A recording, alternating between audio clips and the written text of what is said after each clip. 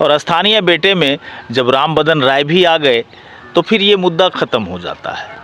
क्योंकि एक अगर प्रत्याशी रहे, बेगूसराय का बेटा, कई 10 लोग नामांकित हैं यहाँ पे, उसमें सारे लोग बेगूसराय के हैं। मैं तो बस यही कह रहा हूँ कि भैया किसी को भी चुनो लेकिन अपना बेटा को चुनो। तो अपना बेटा लेकर के अवधेश राय जी निकले, स्थानीय बेटे के नाम पर वो वोट मांग रहे हैं। मैं आपको कहता हूँ कि बेगूसराय में सैकड़ों बच्चियाँ उठाई गई हैं, भगाई गई हैं, जबरन रखी जा रही हैं। इस पर कभी अवधेश राय या कम्युनिस्ट के कोई नेता सामने आए? हम तमाम बेगूसराय के मतदाताओं से कहना चाहते हैं कि अगर अवधेश राय को आप वोट करते हैं और अवधेश राय जीत जाते हैं तो ये संसद भवन में ठीक वैसे ही उतने बड़े सदन में घूमते फिरेंगे जैसे बड़े घरों में एक छोटी सी बिल्ली घुमा कर। बहुत सारी आपको दर्जनों महिलाएं मिल जाएंगी बेगूसराय में जो सीपीआई के नाम से उनकी ज़िंदगी तबाह हो गई, उनके बच्चों की ज़िंदगी तबाह हो गई, वो परिवार बर्बाद हो गया। 15 साल, 17 साल, 18 साल, 20 साल की युवा अवस्था में महिलाएं विधवा हो गई। लेकिन वो व्यक्ति भाजपा के साथ है जिसका बेटा यूक्रेन के युद्ध में फंस गया, उसको गिरिराज सिंह ने मंगाया। इसी बड़ी बलिया की बात। और जब वहाँ युद्ध हो रही थी, बम गिराया जा रहा था, तो बम ये सोच करके नहीं गिराया जा रहा था कि यहाँ पे हिंदुस्तानी रहते हैं। वोट हम मोदी को ही देंगे, लेकिन बोलिएगा नहीं इस बात को देंगे। वो व्यक्ति बछवाड़ा में बैठा रहा, लेकिन बछवाड़ा की धरती पर उसने ये नहीं कहा कि बलान और बैती नदी का हम उद्धारीकरण करवाएंगे अगर हमारी सरकार होती है तो। मंच पर साहब लोग, नेताजी लोग आकर के बैठते हैं और मंच से कहते हैं कि आप मालिक हैं। अरे तो मालिक जमीन पर और आप मचान पर। तेजस्वी यादव जिस प्रकार से कुर्सी लगा करके बैठ करके जनता को संबोधन कर रहा है और मोदी जी का मजाक उड़ा रहा है, आप समझ लीजिए 2019 में भी इन लोग वही नारा लेकर के चले थे। समझिए, हमारे हिंदुस्तान की जो सुंदरता है, खूबसूरती है, इसको तोड़ने के लिए सारे चोर उचक्के पार्टियां जो हैं एक हो गए, सभी एक हो गए हैं। तो साथियों नमस्कार, मैं भगीरथ कुमार सिंह, ऑल न्यूज़ बिहार 99 में आपका स्वागत है। और चुनावी महासंग्राम चरम पर है। मैं बेगूसराय जिला में हूं और बेगूसराय जिला में एक तरफ एनडीए और दूसरे तरफ इंडिया गठबंधन की आमने सामने की टक्कर है। तो आज मैं मिलवाने जा रहा हूं उन शख्स से जो कि बहुत ही लोकप्रिय पत्रकार और सोशल मीडिया का सबसे पहला पत्रकार माना जाता है। उनका नाम है पंकज भट्ट जी। फिलहाल कुछ दिनों से इनकी न्यूज़ में इनकी भाषा हम बदले हुए देख रहे हैं। इनकी बातचीत और भाषा वामपंथ की ओर इशारा कर रही है, जबकि इनकी पहचान बेगूसराय जिला में राष्ट्रवादी और हिंदूवादी पत्रकार में शुमार थी। लेकिन फिलहाल इस चुनावी दौर में इनकी न्यूज़ और बातचीत की दौर वामपंथ की ओर क्यों दिख रहा है? सर नमस्कार, ऑल न्यूज़ बिहार में बहुत बहुत स्वागत है आपका भागीरथ जी, और ऑल न्यूज़ 99 के तमाम दर्शकों का हम हार्दिक स्वागत करते हैं। आपका पहचान एक राष्ट्रवादी और हिंदूवादी पत्रकार में शुमार है और जिला का लोकप्रिय पत्रकार भी है। फिलहाल हम आपका जो वीडियो देख रहे हैं, जो दर्शक देख रहे हैं, वामपंथ की ओर इशारा कर रहा है, ऐसा क्यों सर? देखिए, वक्त वक्त की बात होती है। ये बात तो सच है कि मैं राष्ट्रवादी के हिसाब से पत्रकारिता करता हूँ। मेरी पत्रकारिता कहीं ना कहीं राष्ट्र के प्रति समर्पित होता है। लेकिन आप जो ये बात हम पर आरोप लगा रहे हैं कि वामपंथ की, बात वामपंथ की नहीं थी। ये बात स्थानीय मुद्दे को लेकर के चली और ये वामपंथ से ऐसे जुड़ गया कि स्थानीय बेटा को लेकर के, और स्थानीय बेटे में जब राम बदन राय भी आ गए तो फिर ये मुद्दा ख़त्म हो जाता है। क्योंकि एक अगर प्रत्याशी रहे, बेगूसराय का बेटा, कई 10 लोग नामांकित हैं यहाँ पे, उसमें सारे लोग बेगूसराय के हैं। अब ये मुद्दा रहा ही नहीं, तो वामपंथ के तरफ मेरा मुड़ता हुआ चेहरा नहीं था। वामपंथ को मैं कभी पसंद भी नहीं करता, सच बता रहा हूँ आपको। वामपंथ को क्यों पसंद करेगा लोग? सर वामपंथ की एक बेगूसराय की खूनी इतिहास रही है। जगह जगह शहीदों के नाम पर गेट बना हुआ है। क्या बेगूसराय की जनता चाहेगी कि इस बार फिर वामपंथ को लाया जाए? नहीं, बेगूसराय की जनता नहीं, पूरे देश की जनता अब नहीं चाहती है कि वामपंथ का कोई चेहरा भी प्रतिनिधि के तौर पे रहे। वामपंथ से लोग क्यों भागते हैं? वामपंथ का रक्तपात का जो इतिहास रहा है और परिवारों को तोड़ करके, 2 भाइयों को लड़ा करके, दोनों को थाने भेज करके, लोकल नेतृत्व इनका दोनों पर एक दूसरे से मुकदमा करा करके फूट डालो और शासन करो की नीति पर लगातार ये काम करते रहे। तो ऐसे चेहरे को तो कोई लाना ही नहीं चाहेगा। हम क्यों लाना चाहेंगे वामपंथ को? ये बेगूसराय की जनता को निर्णय लेना है कि बेगूसराय की आवाम वामपंथ यानी रक्तपात को फिर से अपने गले लगाना चाहती है या राष्ट्र हित में मतदान करती है। मैं तो बस यही कह रहा हूँ कि भैया किसी को भी चुनो, लेकिन अपना बेटा को चुनो। तो अपना बेटा लेकर के अवधेश राय जी निकले, स्थानीय बेटे के नाम पर वो वोट मांग रहे हैं, लेकिन वो कभी ये नहीं कहते कि मैं बेगूसराय के बेटा के नाम पर वोट मांग रहा हूँ, मैं कम्युनिस्ट का उम्मीदवार नहीं हूँ। वो ऐसा नहीं कहते। अगर बेगूसराय का बेटा हैं आप और बेगूसराय के स्थानीय बेटा के नाम पे वोट मांगते हैं, तो फिर आपको ये कहना पड़ेगा कि हम कम्युनिस्ट का उम्मीदवार नहीं, हम बेगूसराय का उम्मीदवार हैं, बेगूसराय के आवाम का उम्मीदवार हैं। बेगूसराय की बहू बेटियों को जब उठा लिया जाता है तब ये कहाँ चले जाते हैं? तब ये वोट बैंक की राजनीति, मंदिर में घुस के शिवलिंगों को ध्वस्त किया जाता है, तब भी नहीं मिलते ये आपको वहाँ कहीं नहीं मिलते जहाँ हिंदुओं के प्रति लोग आघात पहुंचाते हैं। सर एक मिनट सर, अगर ये माना कि अगर अवधेश राय जी कम्युनिस्ट पार्टी के उम्मीदवार जीत जाते हैं तो आने वाले समय जो है, आने वाले समय में हिंदुओं की बहु बेटी हो या धर्म या मंदिर की शिवलिंग तोड़फोड़ हो, इस पे ये कुछ बेहतर कार्रवाई कर पाएंगे क्या? नहीं, कार्रवाई कैसे करेंगे? कार्रवाई, जो व्यक्ति एक प्रदर्शन नहीं कर सकता, जो व्यक्ति एक विरोध नहीं कर सकता, मैं आपको चर्चा किया है, आपने तो मुझे कुरेद दिया। मैं आपको कहता हूं कि बेगूसराय में सैकड़ों बच्चियां उठाई गई हैं, भगाई गई हैं, जबरन रखी जा रही हैं। इस पर कभी अवधेश राय या कम्युनिस्ट के कोई नेता सामने आए? आज 90 साल के संयोजक बने फिरते हैं, 80 साल 82 साल के उनके कार्यकर्ता हैं। कभी किसी ने कहा? सिर्फ वो एक बात कहते फिर रहे हैं कि मोदी चोर है, भाजपा चोर है। क्यों कह रहे हैं?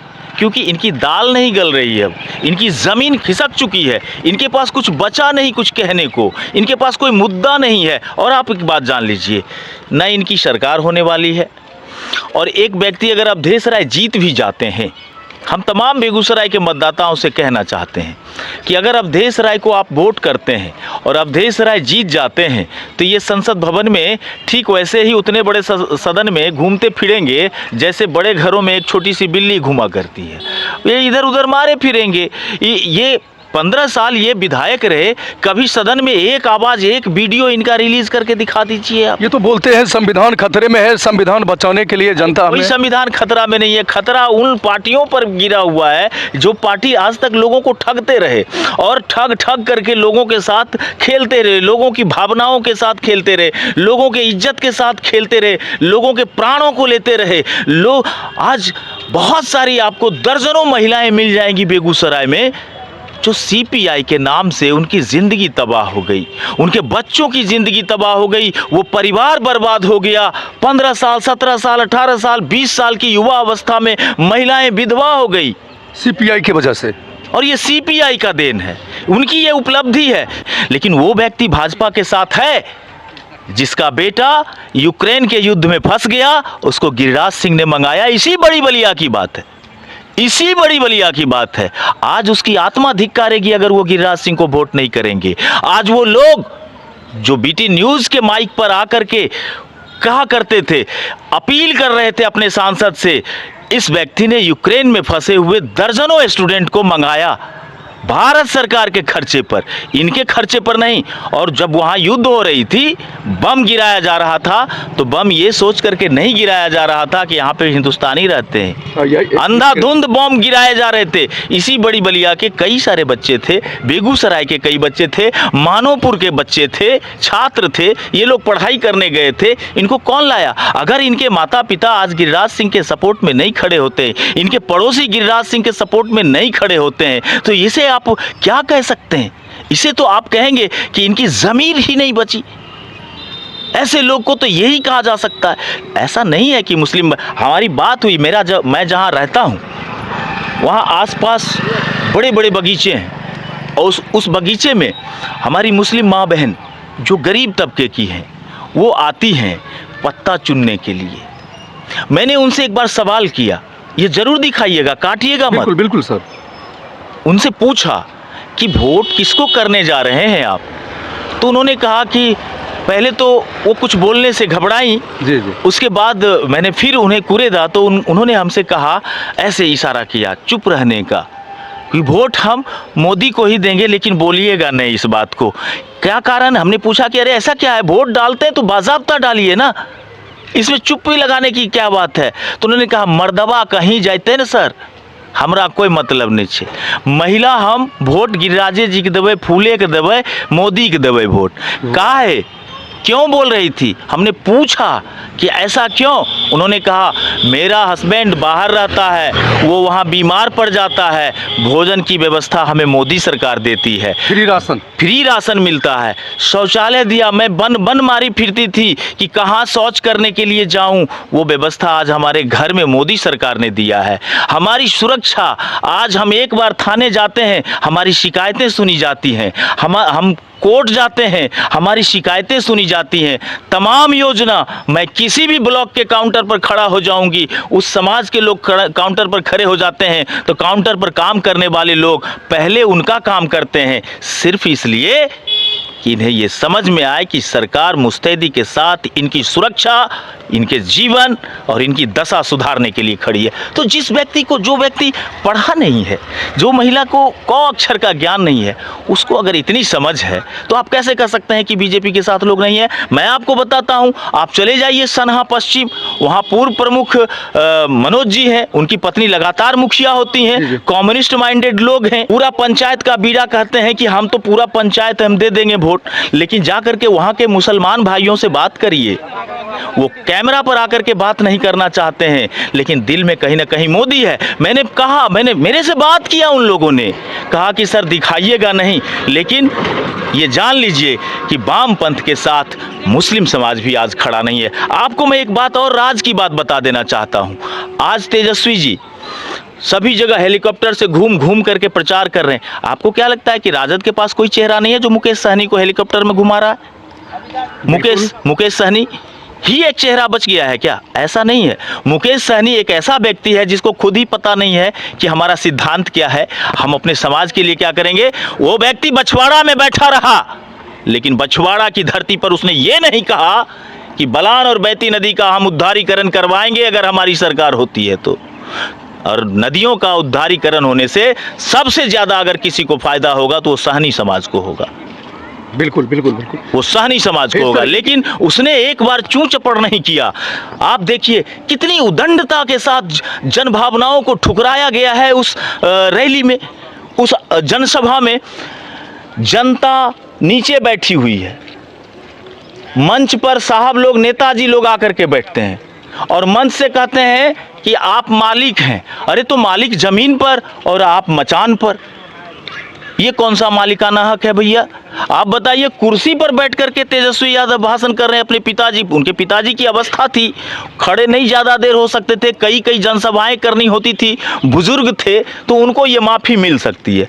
तेजस्वी यादव जिस प्रकार से कुर्सी लगा करके बैठ करके जनता को संबोधन कर रहा है और मोदी जी का मजाक उड़ा रहा है, आप समझ लीजिए 2019 में भी इन लोग वही नारा लेकर के चले थे कि 2 करोड़ आया पूछता है। मोदी जी का ही स्टाइल है, मोदी जी जनसंवाद किया करते हैं रैली में, वही स्टाइल ये अपनाया। 2 करोड़ नौकरी आया, 15 लाख रुपए खाते में आए। अरे ये सुनिए, इन मुद्दों को 2019 में पूरी देश की जनता ने नकार दिया और नतीजा क्या आया बिहार में? 40 में से 39 MP चले गए बीजेपी के, एनडीए के, 1 सीट रहा। फिर भी आज वही मुद्दा लेकर के ये आते हैं। ये नहीं कहते हैं कि रांची में इतना नोट पकड़ा रहा है, इस पर चर्चा नहीं करेंगे। ये नहीं कहेंगे कि हमने नौकरी, हमारे पिताजी रेलवे में थे, रेल मंत्री थे, तो उन्होंने कहा कि नौकरी लेना है, पैसा नहीं है तो जमीन लिखो। ये कहीं, लालू यादव कहीं नहीं बोलता है। ये सीबीआई जांच तो चल रहा है, कहीं नहीं बोलता है, जिसमें चार्जशीटेड हैं। ये कहने बोलते हैं कि इतना MY समीकरण, मुस्लिम और यादव की गठबंधन समीकरण, मुस्लिम को क्यों नहीं घोषणा करते हैं कि इसको कम से कम मुसलमान समाज से नहीं कर सकते, उप मुख्यमंत्री बना दें? नहीं कर सकते। उनको आज तक ये तमाम राजनीतिक दल मदरसा से ऊपर सोचने नहीं दिया, मदरसा से ऊपर मुस्लिमों को उठने दिया। क्या उनका वोट किस आधार पे ले रहा है? मुसलमान पढ़े लिखे कम हैं, और जो पढ़े लिखे हैं वो वोट करते हैं। अच्छे लोगों को वोट करते हैं, अच्छे उम्मीदवार को वोट करते हैं। आप समझ लीजिए, इसी मुस्लिम समाज ने अब्दुल कलाम दिया है, बीर हामिद दिया है, इसी मुस्लिम समाज ने दिया है। ये कहीं चाक पर नहीं कर लिया गया, ये उसी समाज का देन है। और ऐसे ऐसे कई महान वैज्ञानिक, कई बड़े बड़े चिकित्सक आज भी जो इन समाज से पढ़ करके निकला है ना, वो क्रीम है, वो क्रीम है। उसका लोहा मानना पड़ेगा आपको, उसके ब्रेन का लोहा मानना पड़ेगा आपको। आप समझिए, हमारे हिंदुस्तान की जो सुंदरता है, खूबसूरती है, इसको तोड़ने के लिए ये सारे चोर उचक्के पार्टियां जो हैं एक हो गए, सभी एक हो गए हैं। और आप जान लीजिए कि जब सारे चोर उचक्के एक साथ हो जाते हैं तो जनता समझ जाती है कि मेरा शासक ईमानदार है, ईमानदार है। बिल्कुल साथियों, तो आज मैंने बेगूसराय के सबसे लोकप्रिय और सबसे पुराने डिजिटल मीडिया का जो सबसे पहला पत्रकार बेगूसराय में माना जाता है, पंकज सर को, मैंने उनसे बातचीत सुनाया। वो जो भी बोले हैं, और इनको फॉलो करें, कृपया इस वीडियो को शेयर करें ताकि और भाई के पास जाए। तो